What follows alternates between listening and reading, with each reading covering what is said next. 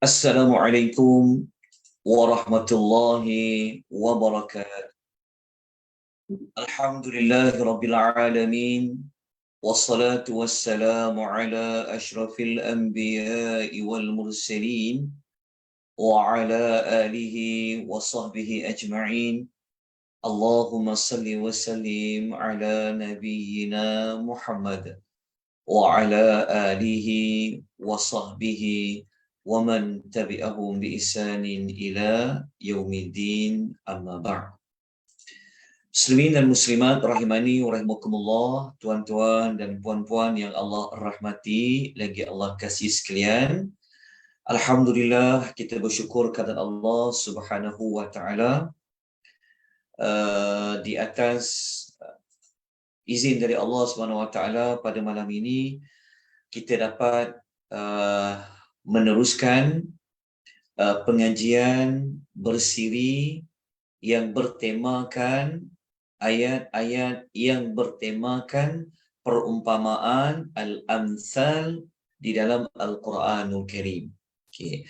Malam ini kita akan mempelajari pemisalan nombor yang ke-15 dari 66 perumpamaan yang telah pun kita senaraikan. Jadi malam ni adalah perumpamaan yang ke-15.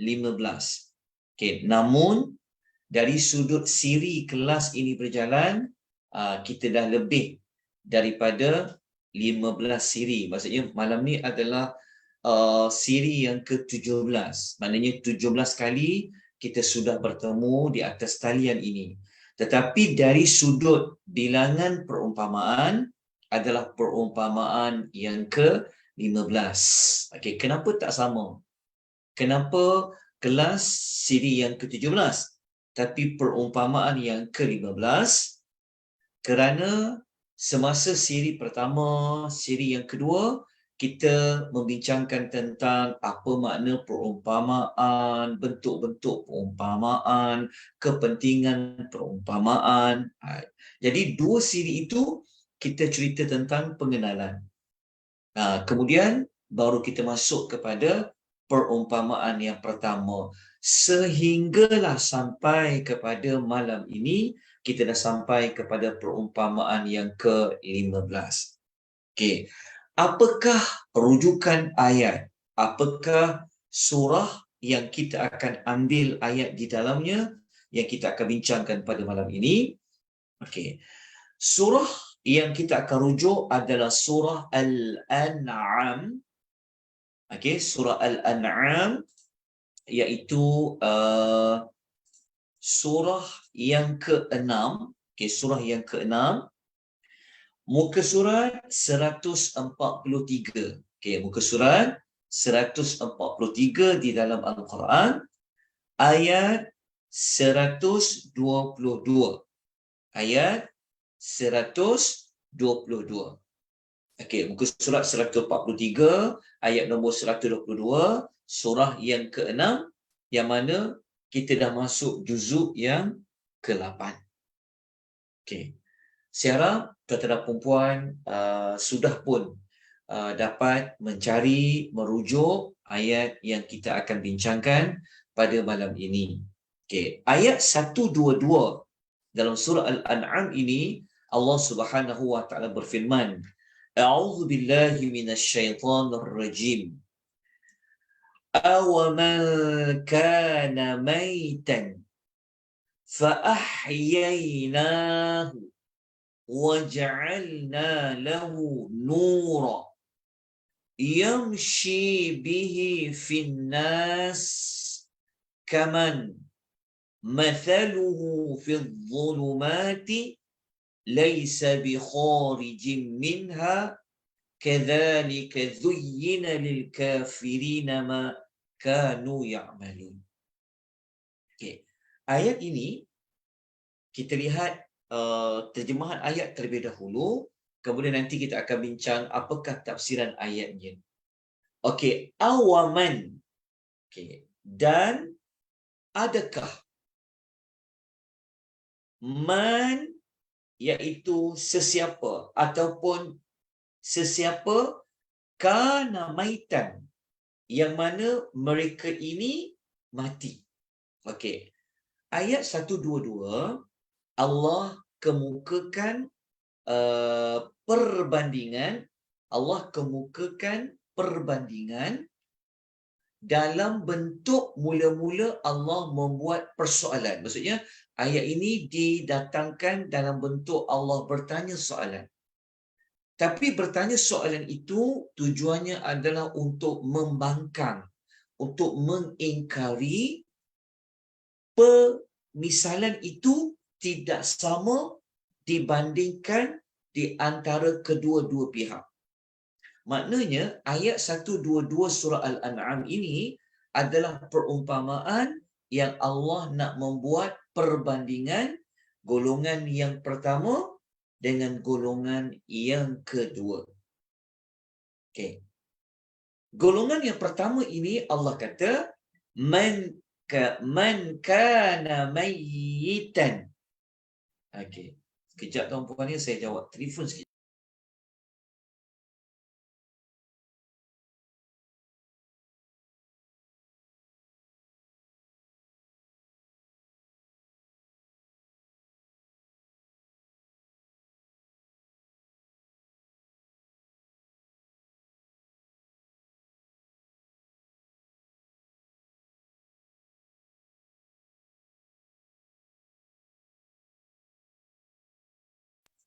Okey. Bismillah. Saya sambung dengan tuan-puan. Tadi ada talian saya perlu jawab. Okey.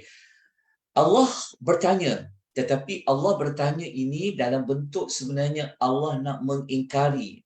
Allah tak bersetuju adanya kesamaan antara siapa dengan siapa. Okey, Allah kata awaman kana maitan. Okey, Allah mengatakan dan adakah orang yang mati? Kat sini Allah kata dan adakah orang yang mati, maita, iaitu orang yang mati, fa ahyainahu. Kemudian kami hidupkan dia semula. Okey, Allah kata kumpulan yang pertama ni, Allah kata jenis yang pertama ni adalah orang yang dia telah mati. Lepas mati, Allah hidupkan dia semula. Okey. Lepas dia hidup tu, waja'alna lahu nura. Dan kami berikan kepadanya cahaya. Okay, kami berikan kepadanya cahaya. So dengan cahaya itu, yamshi bihi. Dengan cahaya yang dia dapat tu, dia pun bolehlah berjalan ke sana dan kemari dengan cahaya itu finnasi, di tengah-tengah masyarakat manusia. Okey. Kumpulan pertama ni, kumpulan yang Allah akan jadikan perbandingan antara satu dengan satu. So yang pertama ni adalah manusia yang awal-awalnya mati. Kemudian Allah hidupkan orang yang telah mati itu. Kemudian lepas dia hidup, Allah beri kepadanya cahaya. Dengan cahaya itulah dia meneruskan kehidupan dia, boleh duduk di tengah-tengah ataupun bersama dengan orang ramai. Okey, kita dapatkan dulu apa perbandingan yang pertama. Nanti makna dia yang di sebalik dia tu nanti saya akan terangkan sekejap lagi. Okey. Kemudian Allah Ta'ala kata kamam mathaluhu. Okey. Sama. Maksudnya Allah nak kata adakah sama seperti kumpulan yang kedua, mathaluhu, sama dengan orang yang diumpamakan fil zulumati, yang tinggal, yang berada di dalam kegelapan. Okey, Allah nak buat perbandingan orang yang asalnya mati kemudian hidup dapat cahaya.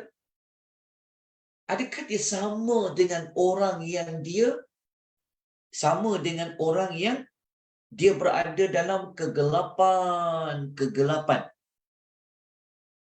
Yang mana kegelapan yang dia lalui itu, dia tak sama yang pertama. Kalau pertama tadi, dia dapat cahaya. Dengan cahaya tu, dia boleh hidup. Okey. Tapi yang ini, dia berada dalam kegelapan yang kata Allah, laisa lahu laisa bi kharijin minha, yang dia tidak mampu keluar dari kegelapan itu.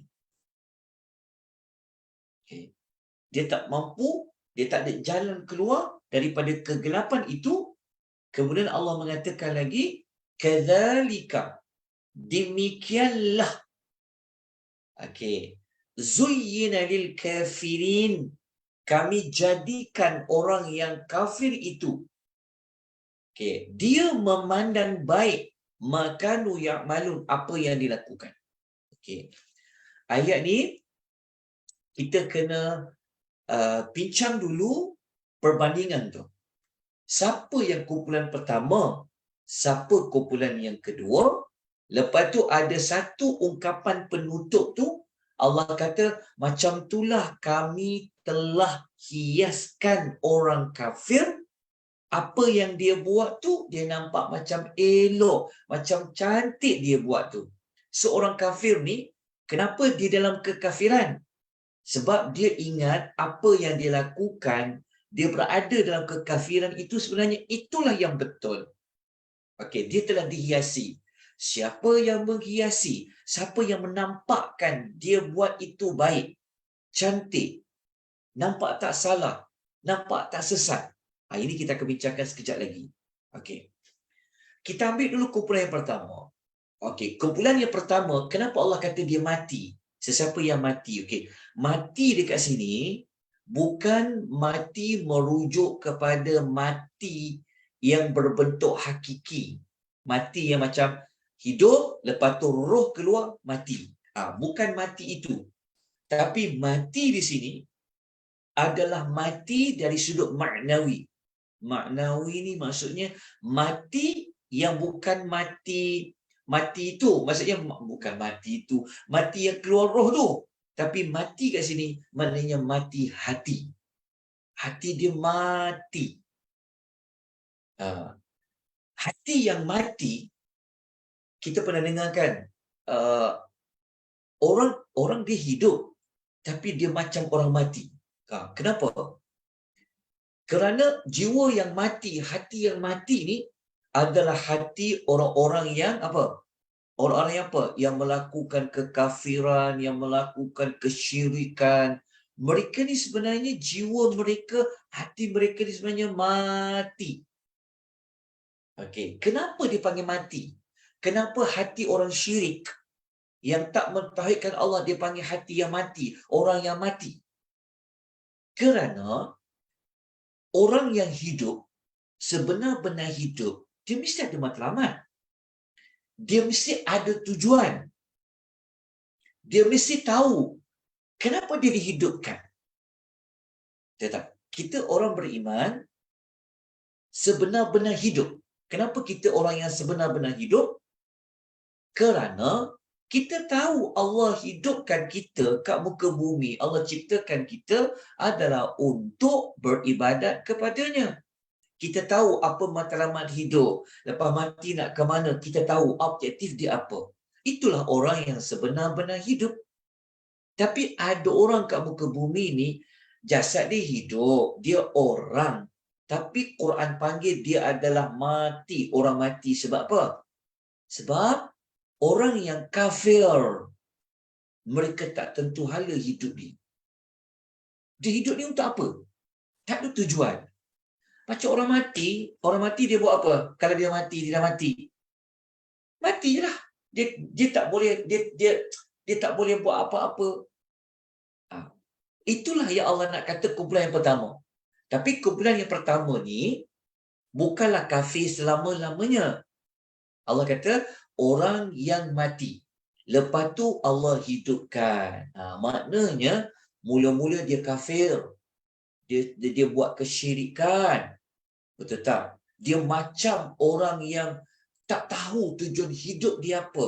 Macam orang matilah. Kan? Maka Allah hidupkan dia. Itu ayat fa'ahyainahu. Maka Allah hidupkan dia. Macam mana Allah hidupkan dia? Maksudnya Allah, sebab mula dia kafir, dia syirik. Tapi dia jadi orang hidup selepas tu. Maksudnya dia tahu dah hidup ni untuk apa, kena sembah siapa, siapa yang kena ditauhidkan, siapa yang tak boleh kenapa tak boleh melakukan kesyirikan. So apabila dia dah dapat wahyu itu, dia dah dapat dah hidayah, dia adalah orang yang hidup. Maksudnya apabila dia masuk Islam, dia terima Islam, maknanya dia dah jadi orang yang sebenar-benar hidup. Okey. Jadi apabila dia dah hidup, dia perlukan sumber-sumber untuk dia meneruskan kehidupan dia. Itu yang Allah kata waja'alna lahu nura, dan kami telah jadikan baginya nur. Nur di sini adalah merujuk kepada cahaya iman. Dia dah mula rasa beriman. Macam kita tengok orang yang baru masuk Islam lah. Kita sebab lahir mak ayah kita Islam, kita mungkin tak nampak, kita mungkin tak merasai betapa pentingnya dapat hidup macam dapat hidup semula. Maksudnya dapat hidup yang sebenar-benar hidup. Tanya orang mu'alaf, orang masuk Islam, dia sangat hargai tau. Dia sangat hargai Islam yang dia dapat tu. Bahkan orang yang baru masuk Islam ni lah yang pergi dakwah sini sana, ajak orang masuk Islam, kerana dia tahu betapa pentingnya dapat Islam ini. Umpama dia dapat kehidupan yang baru, selama ni dia tak tentu hala, kan? Tetapi dia dapat benar-benar hidup yang sebenar-benarnya, maka Allah bagi iman dekat dia orang.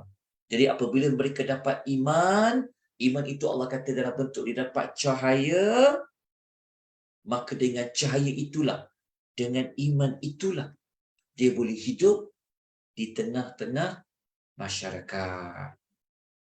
Okay. Kumpulan yang pertama ni, ada tak yang di kalangan orang Arab musyrikin ketika di Mekah? Kita tahu surah Al-An'am adalah surah Makiyah.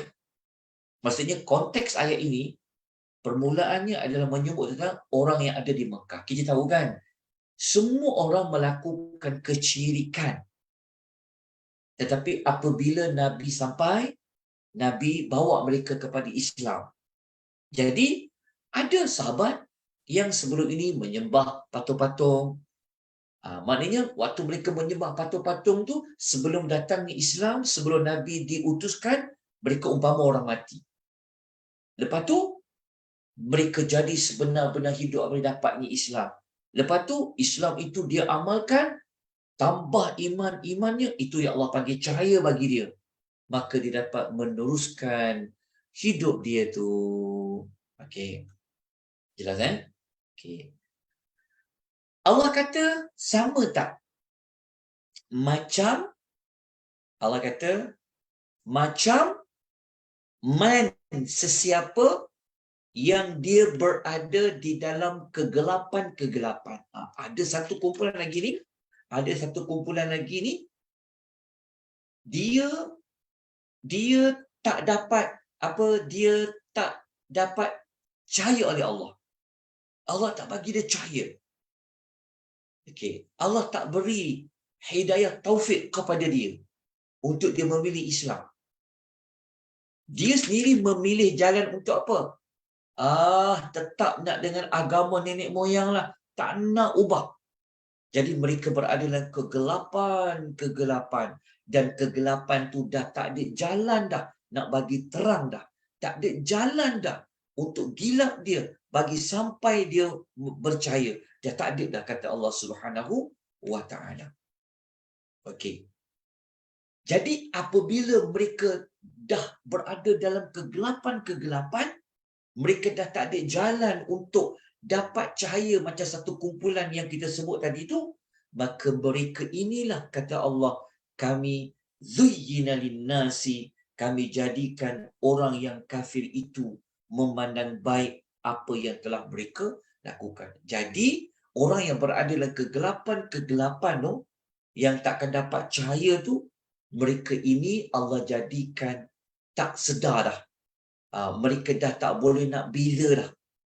Kan? Bahawasanya yang kawan dia yang mati hidup tadi tu, kan, yang buat syirik lepas tu masuk Islam, macam para sahabat lah. Kan? Para sahabat duduk juga di Mekah. Kawan mereka juga, jiran mereka juga. Kan? Tetapi mereka ini masih nak berada dalam kegelapan. Okay, jadi Allah mengatakan mereka yang milih jalan berada dalam kegelapan tu, mereka ini Allah telah jadikan mereka jadikan mereka itu memandang baik apa yang mereka telah lakukan. Maksudnya Allah menjadikan mereka ni memandang baik pilihan mereka untuk berada di dalam kegelapan. Okey. Saya terangkan sekali emas lagi. Saya akan lalu sekali lagi pengulangan tentang ayat ini. Okey. Ayat ni kalau kita nak maksudnya kalau kita nak lebih faham apa perkara yang boleh hidupkan orang mati. Tadi saya sebut apa? Tadi saya sebut Islam, kan? Kan tadi kan mati, lepas tu hidup, Allah hidupkan. Okey, maksudnya apa perkara yang Allah jadikan manusia itu mati hidup? Apa yang menghidupkan tu? Okey, tuan-tuan salin ya. Tuan-tuan salin untuk dapatkan maklumat dengan macam mana Allah boleh menghidupkan. Dengan hidup tu dengan apa? Okay. Kalau orang mati, tentu nak hidup dengan roh. Sebenarnya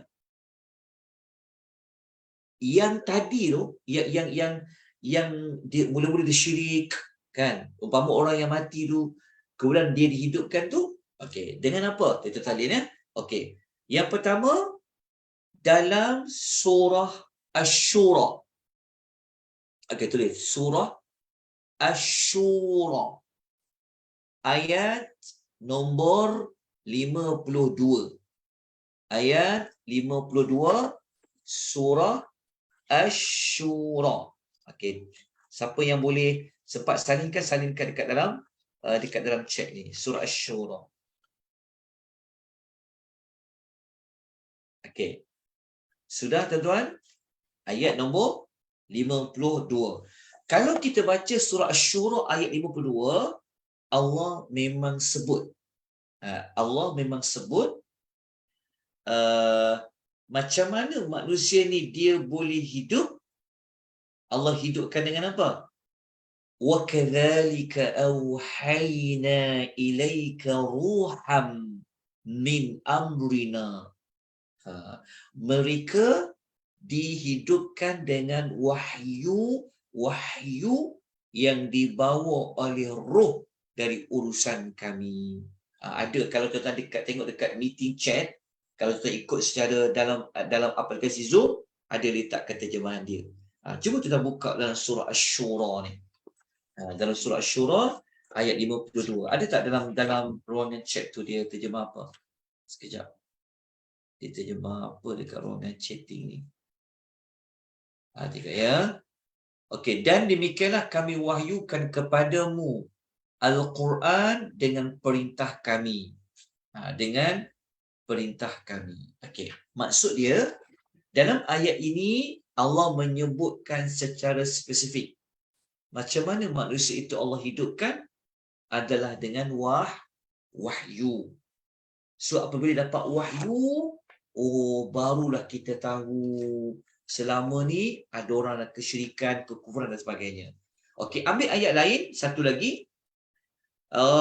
Dalam surah Al-Maidah ayat 15. Surah Al-Maidah ayat nombor 15.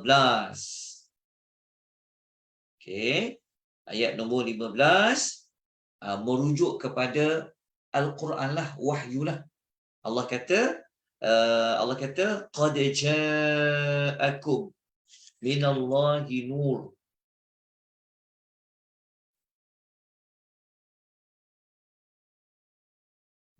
Okey, dapat.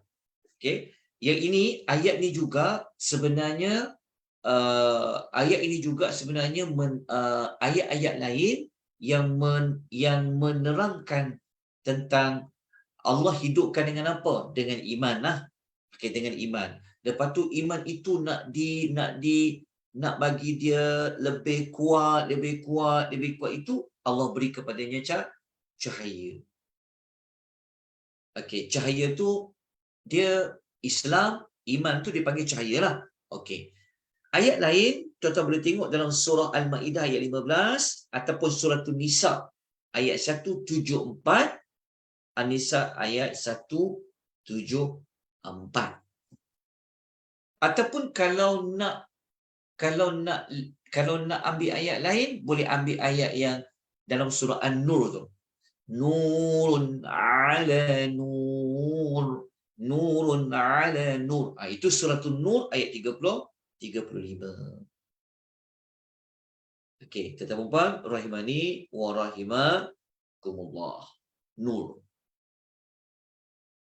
Okey.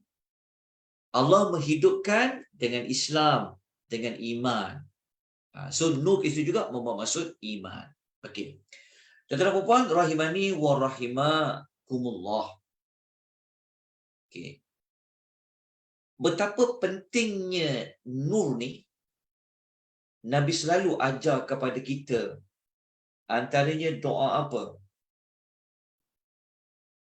Doa yang kita minta itulah nur. Ingat tak doa tu? Allahumma ja'alni fi qalbi nura. Jadikan hati kita ni cahaya, pendengaran kita cahaya, penglihatan kita cahaya. Itu pentingnya nur. Itu iman. Okey. Kita lanjutkan dengan golongan yang kedua tu. Okey, golongan yang kedua ni Allah kata dia berada dalam kegelapan-kegelapan. Okey. Apa maksud kegelapan-kegelapan? Banyaknya gelap-gelap. Gelap-gelap tu maknanya apa? Kekufuran, kesyirikan, kan, dengan keburukan akhlak, itulah kegelapan-kegelapan. Okay. Tuan-tuan, rahimani wa rahimakumullah, kalau boleh, tolong baca ayat lain, yang ayat lain dalam surah lain ni, dia seperti sama nak membincangkan perbandingan macam ayat 122 surah Al-An'am. Okey, contoh ayat apa? Kalau buka dalam surah As-Sajadah. Dalam surah As-Sajadah kan Allah ada buat perbandingan. Ayat nombor 18 tulis surah As-Sajadah, surah nombor 32 ayat nombor 18. Ya Allah buat perbandingan tu. Afaman kana mu'minan kaman kana fasiqa la yastawun. Kan Allah kata, apakah sama orang yang fasik, orang yang beriman dengan orang yang fasik? Allah kata, sudah tentulah tidak sama. Samalah perbandingan yang kita nak belajar pada malam ni. Allah nak kata, orang yang dah dapat ilmu, dah dibimbing hidayah pada dia dah dapat iman, dengan iman tu dia boleh hidup, dia teruskan kehidupan dia, kan? Tentulah dia tak sama dengan orang yang masih memilih untuk berada kegelapan. Sehingga kan mereka ni tak dapat berubah dah. Kenapa? Kerana mereka telah dihiaskan dengan mereka menyangka apa mereka buat itu adalah benar. Okey, tengok ayat lain. Surah Al-Mulk. Tengok surah Al-Mulk ayat nombor 22. Surah Al-Mulk, surah 67 ayat nombor 22. Allah ada buat satu perumpamaan kan? Allah kata orang yang berjalan muka dia kat bawah sama tak dengan orang yang berjalan kepalanya di atas, lepas tu dia berada atas jalan yang lurus. Itu pun perbandingan yang sama seperti Allah nak buat perbandingan ayat kita belajar. Satu lagi ayat ambil dalam suratul Ra'di. Surah yang ke-13 kan, suratul Ra'di ayat nombor 16. Allah kata orang yang buta ni dibandingkan dengan orang melihat tak sama, kata Allah. Kita baca surah Ar-Ra'di ayat nombor 13. Begitu juga ambil dalam surah Fatir. Surah Fatir, surah nombor 35, ayat 19 sampai ayat nombor 22. Itu boleh bacalah. Ya, Allah ada buat perbandingan. Tapi dekat surah Fatir ya, ayat nombor 19 pada 22 ni, ada banyak ayat Allah buat perbandingan ni, perbandingan ni, perbandingan ni, perbandingan ni. Contoh apa? Tengok ayat nombor 19 surah Fatir, Allah kata apa? Wa ma yastawil a'ma wal basir. Allah Ta'ala kata, sama ke orang yang buta nak dibanding dengan orang melihat? Lepas tu Allah buat perbandingan lagi. Waladh-dhulumatu walan-nur. Tak sama. Kegelapan dengan cahaya. Allah buat perbandingan. Tak, yang ada beza. Sama macam apa yang kita pelajari. Jadi itulah serba ringkasnya penerangan yang sebenarnya Allah nak mengatakan tak sama dua jenis manusia tadi tu. Nak tahu tak sama tu adalah Allah nak kata dia tak sama. Allah nak mengingkari kalau ada persamaan itu, caranya dengan Allah menggunakan al-istifham. Allah bertanya. Waktu ayat kita baca tadi tu ada bentuk pertanyaan awaman. Tu hamzah tu awaman. Itulah pertanyaan. Yang sebenarnya pertanyaan itu untuk mengingkari adanya persamaan. Orang yang telah dapat hidayah, dia telah dapat iman, kan? Dia tentu tidak sama dengan orang yang memilih untuk tidak mahu beriman, berada dalam kegelapan. Okey, tuan-tuan rahimani wa rahimakumullah. Ada sikit lagi, kita ambil yang ungkapan hujung tu. Ya Allah kata, kadzalika zuyyina lil kafirina ma kanu ya'malun. Kami telah hiaskan bagi orang kafir itu memandang elok apa yang telah dia lakukan. Makna macam kita sebut tadi, memang mereka tak ada peluang dah lah. Sebab mereka duduk kesesatan, mereka ingat mereka lah yang benar. Mereka lah jalan yang lurus. Tapi rupanya mereka adalah kesesatan. Allah telah memberikan, menghiaskan mereka. Kita baca terjemahan tu, Allah jadikan orang kafir itu memandang baik. Allah memandang baik. Okey. Tuan-tuan dan puan-puan, sebenar-benarnya kalau kita baca dalam ayat lain, dia ada dua, maksudnya ayat ni, ayat kita baca tadi tu, maksud yang pertama memang Allah telah macam ni, telah butakan mata mereka, mereka tak nampak yang benar. Allah telah patrikan hati mereka, Allah telah tutup telinga mereka. Itu makna yang pertama. Sehingga kan mereka tak mereka dah memang, kata orang macam tak ada jalan lah mereka nak beriman. Okey. Maksud yang kedua, boleh jadi mereka ini, kenapa mereka boleh memandang baik perbuatan mereka buat syirik tu, mereka kufur itu, ada juga melibatkan syaitan.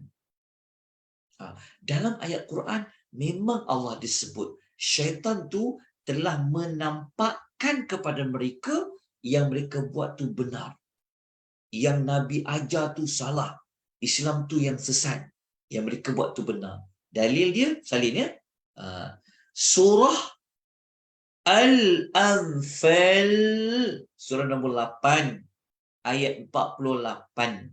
Al-Anfal surah nombor 8 ayat nombor 48. Kita akan jumpa Allah kata apa?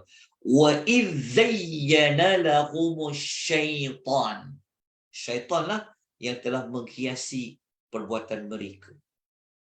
Satu lagi, ambil dalam surah Muhammad, surah nombor 47 ayat 5, ayat nombor 25. Ayat nombor 25, Allah berfirman, asyaitanu, sawwala lahum wa amla lahum. Okey, dah tulis tak? Surah Muhammad ayat nombor 25. Okey, setakat ni jelas tak tuan-tuan dan puan? Penerangan ringkas. Okey, tapi belum habis lagi. Sebab kita nak bincang pengajaran yang boleh kita ambil, mutiara hikmah dia, apakah petunjuk yang kita dapat pada ayat perumpamaan 122 surah Al-An'am pada malam ini. Okey, secara ringkas boleh faham. Okey, sebelum saya melanjutkan kepada pengajaran, cuba kita perhaluskan kalimah nur dengan kalimah zulumat. Okey, bulatkan dekat kalimah waja'alna lahu nura. Nur adalah bilangan satu, cahaya, singular. Tapi kalau kegelapan, Allah guna bilangan banyak, jamak, plural. Al-zulumat, kegelapan. Okey, kita tahu gelap lawannya adalah terang, iaitu cahaya. Tetapi kenapa cahaya Allah menggunakan bilangan satu? Nur. Kalau banyak cahaya, dia panggil anwar. Betul kan tuan? Satu nur. Banyak nur, anwar, cahaya-cahaya. Tetapi tak pernah sekalipun di dalam Al-Quran, Allah kalau dia kata cahaya, dia tak pernah guna bilangan banyak, cahaya-cahaya. Dia guna bilangan satu saja, cahaya saja. Tapi ketika mengungkapkan kegelapan, dia akan gunakan plural. Ada juga gunakan yang singular, tapi kenapa digunakan zulumat, kegelapan? Kerana apa? Kerana dia dipanggil lataif, kehalusan ayat tu, kerana cahaya ni dia tak ada sumbernya 2, 3, 4, tak ada. Cahayanya hanya satu saja. Boleh faham tuan-tuan?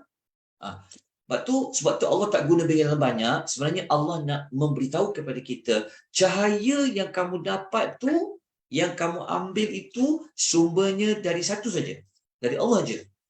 Tak ada cahaya yang pihak kedua boleh bagi, pihak ketiga boleh bagi, pihak keempat boleh bagi. Tak ada. Allah je boleh bagi cahaya tu. Cahaya tu cahaya Allah. Sebab tu bilangan satu. Tapi kegelapan banyak. Banyak sangat kegelapan. Betul tak? Kegelapan ni, kejahatan ni banyak. Sebab tu Allah guna bilangan banyak. Okey. Kemudian yang paling penting, mari kita masuk kepada pengajaran dari ayat ini. Okey. Apa pengajaran dia? Okey, pengajaran ni adalah apa? Adalah ni. Okey. Daripada ayat yang kita belajar ni, kan? Kenapa Allah membandingkan mati kemudian Allah sebut hidup? Mati dan hidup. Apa soalan saya? Maksud dia, kita faham tadi kan? Orang yang mati, orang yang duduk dalam keadaan syirik, kufur kan? Kemudian Allah hidupkan dia. Hidupkan ni maknanya dia jadi Islam, betul tak? Dia jadi beriman. Dalam perumpamaan itu, kalau kita pandang dia terbalik, kalau kita tengok yang zahir dia, sebenarnya orang yang mati tu siapa? Kafir kan? Yang dihidupkan tu siapa? Dia jadi Islam. Dia jadi beriman. Maknanya Allah nak bagi tahu kepada kita, sebenarnya orang yang beriman ini, mereka ini adalah orang yang sebenar-benarnya hidup. Manakala orang yang kafir, mereka ni sebenarnya adalah seperti orang mati. So kita nampak mereka hidup je. Kita nampak jasad dia hidup. Tapi sebenarnya mereka ini Allah katakan adalah maitun. mereka ni macam orang dah mati. Mayat berjalan. Itu pengajaran nombor 1. Pengajaran nombor 1 kita dapat belajar, orang yang beriman adalah orang yang sebenar-benarnya hidup. Dan orang kafir, mereka adalah sebenarnya adalah orang yang sudah mati. Mati dari sudut makna yang kita bincangkan. Okay. Kenapa orang beriman dipanggil hidup? Kita dah sebut dah tadi contoh. Allah hantarkan roh dia, iaitu para malaikat yang membawa wahyu. Betul tak? Wahyu ini menghidupkan hati. Okay. Yang kedua, apa yang kita dapat belajar kepada dalam ayat ini ialah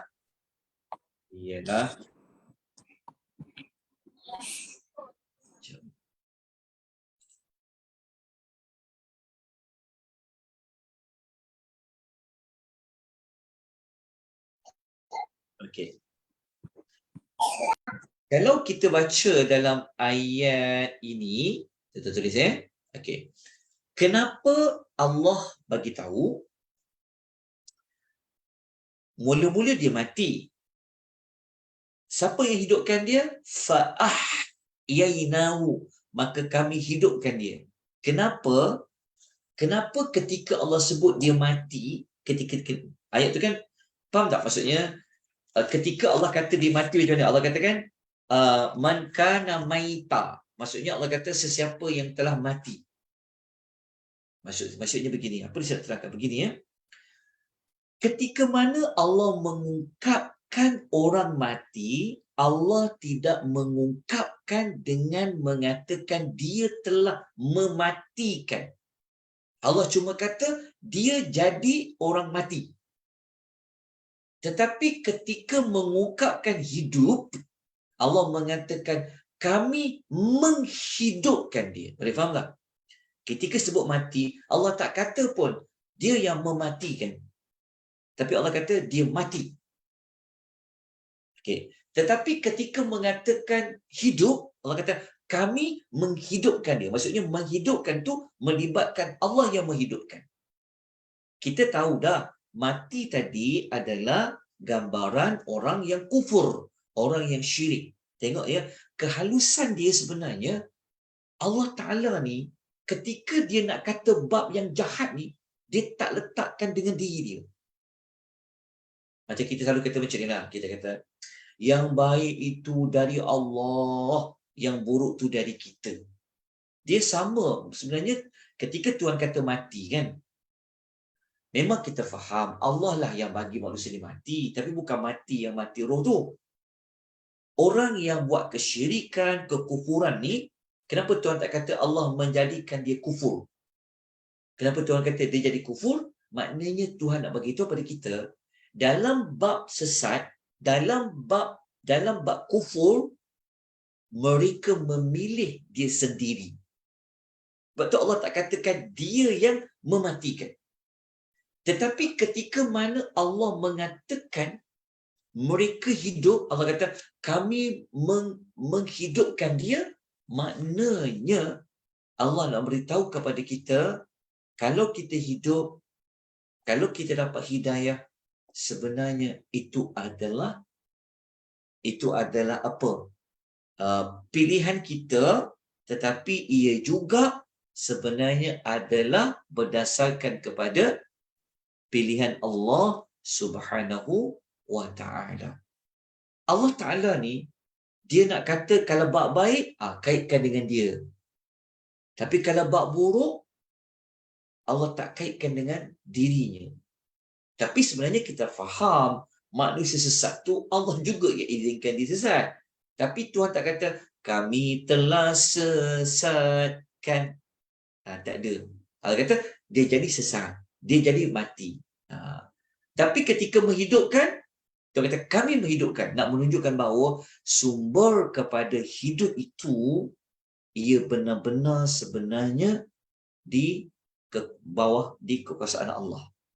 Sebab itu kita ni, sebab itu kita kata macam ni. Kita kalau buat jahat kan, pilihan siapa? Pilihan kita. Betul. Tapi kalau kita boleh buat baik, sebenarnya Allah tolong kita.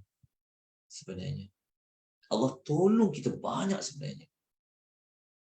Jalan Puan Rahimani oleh itulah yang saya nak sebutkan pengajaran yang kedua.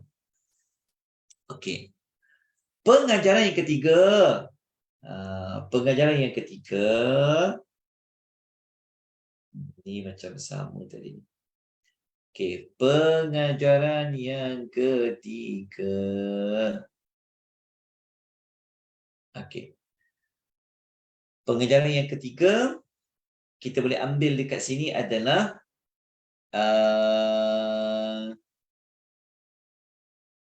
kita ambil dekat sini adalah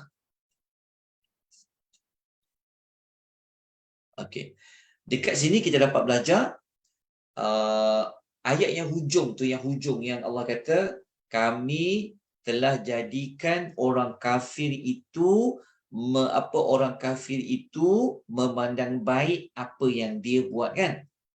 Okey, dekat situ kita dapat belajar sebenarnya Allah memberikan pilihan kepada orang kafir itu. Beri pilihan apa? Pilihan untuk dia beriman ke, untuk dia kafir. Namun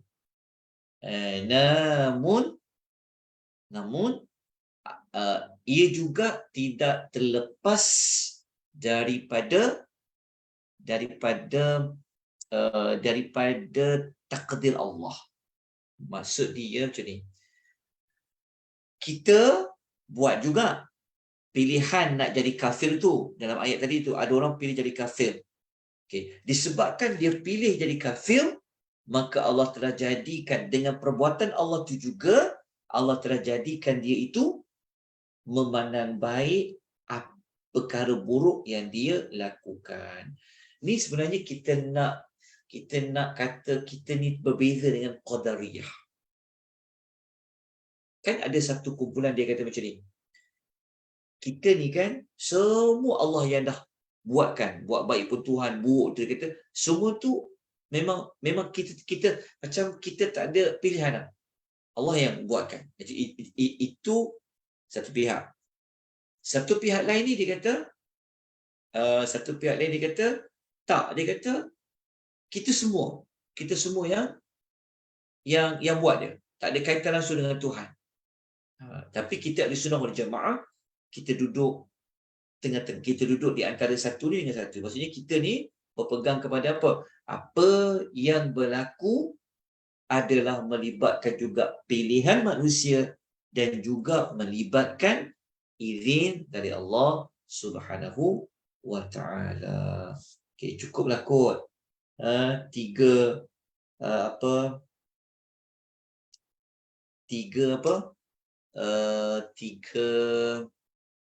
pengajaran. Kalau kita nak pecahkan lagi, bolehlah nak pecahkan seperti mana kita kata cara nak menghidupkan sesuatu yang mati, nak menghidupkan hati, hidupkan dengan apa? Hidupkan dia dengan iman, hidupkan dia dengan Quran. Jadi jangan matikan hati kita ni. Dah hidup dah, kita dah hidup. Tapi kita juga jadi macam orang mati. Kalau kita tak hidupkan roh kita dengan apa? Dengan iman, dengan Quran, dengan zikir. Jadi roh kita walaupun macam ada roh, dia boleh jadi roh yang mati. Seumpama yang kita pernah dengar Nabi kata apa? Dalam hadis tu, orang yang berzikir mengingat Tuhannya dengan orang yang tak mengingat Tuhannya umpama orang hidup dengan orang mati. Itulah sedikit sebanyak perumpamaan yang dapat kita pelajari, perincian ringkas tuan-puan ya. Perincian ringkas dapat saya sampaikan pada malam ini. Moga-moga kita mendapat banyak manfaat faham ayat ni, dan sudah pasti kita tak nak jadi kumpulan orang yang berada memilih di jalan kesesatan, akhirnya dia mati dalam kesesatan itu. Syukur kita banyak-banyak kepada Allah Allah memberikan kita Islam. Allah memberi kepada kita iman. Ada rasa iman, kepercayaan yang yakin tu. Jadi jagalah baik-baik Islam, jagalah baik-baik iman kita. Iman kita kalau kita nak jaga dia, nak tingkatkan, ia mesti dengan apa? Dia mesti dengan ketaatan. Lagi banyak taat, lagi kuat iman. Bila iman tu kuat, besarlah cahaya dia lagi. Makin berseri cahaya dia. Makin besar cahaya dia. Lagi kuat iman dia, kuatlah cahaya dia. Iman ini dia akan runtuh, dia akan jatuh dengan maksiat. Buat maksiat, iman tu makin jatuh. Kalau lagi jatuh, cahaya tu makin kecil, makin pudar, makin pudar, makin pudar. Okay. Itu saja tuan-puan. Ada soalan tak? Ada pertanyaan tak? Ada apa-apa pertanyaan tak? Boleh faham? Dekat FB pun tak ada. InsyaAllah faham.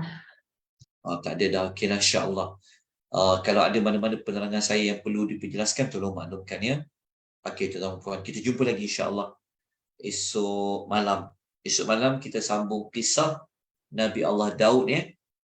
Kisah Nabi Allah Daud episod yang keempat. Episod yang keempat. Ya, walaupun besok dah mula cuti sekolah. Nak ambil anak asrama ke, nak balik kampung ke, tak apa. Kalau tak sempat ikut secara langsung, boleh ikut secara rakaman insya-Allah. Kisah Nabi Daud alaihi salatu wassalam episod yang keempat.